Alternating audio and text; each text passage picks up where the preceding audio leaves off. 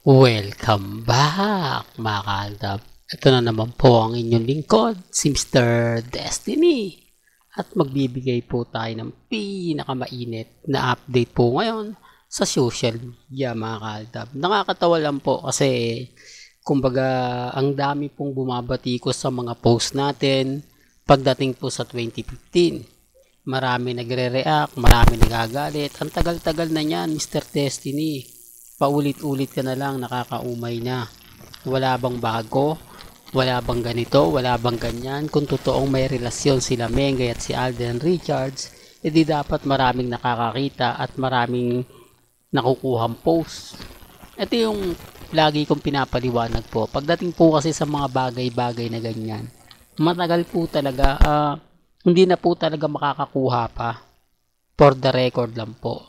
At bakit nga po ba galit na galit sila sa mga post natin 2015? Pero yung mga post po ng cut din ng 2019 na inedit-edit lang po nila, walang nagre-react, walang nagre-reklamo, walang bumabatikos. Pero kapag Aldab, galit sila.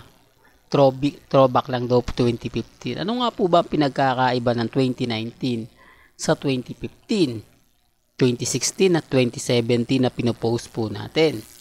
Hindi po ba parehas throwback lang po yun? Parehas matagal din po yun? Wala pong pinagkaiba. Di po ba? Although matagal, 4 years po ang lamang. Di po ba? O 2 years. Parehas throwback din po yun eh. Ito yung nababasa ko ng mga nagko-kommentong galit na galit. Samantalang kapag sila nag-post, walang bumabatikos. Yan ang bias, di po ba? Kaya ang sabi ko sa inyo, kailangan niya talaga ng channel para sa Aldab. Kasi tayo lang naman po ang magre-react. Tayo lang naman po talaga magko-komento sa mga kumakalat ngayon. Gaya po ngayon ni Richard Paul Carson, di po ba? Dito sa video na to, taping na naman po si Alden Richards sa Pulang Araw. Ngayon alam nyo na mga kaaldab na wala po talagang cut din. Kasi sobrang busy po ni Richard Paul Carson Jr. Lalong-lalo na nga po sa taping ng Pulang Araw. At ito pa po, yung kumakalat pong bali-balita na October po daw ipalalabas ang out of order.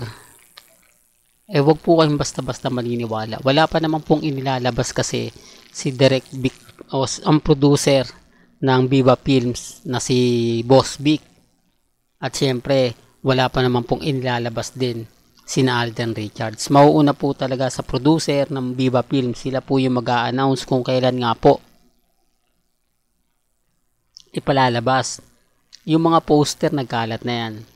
Ang hinihintay lang po natin yung showing ng pelikula nila Richard Paul Carson at Heaven Paralejo.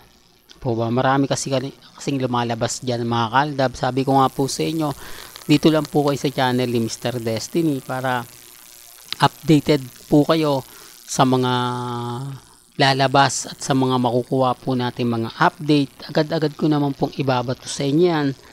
Di po ba? Para malaman po ninyo.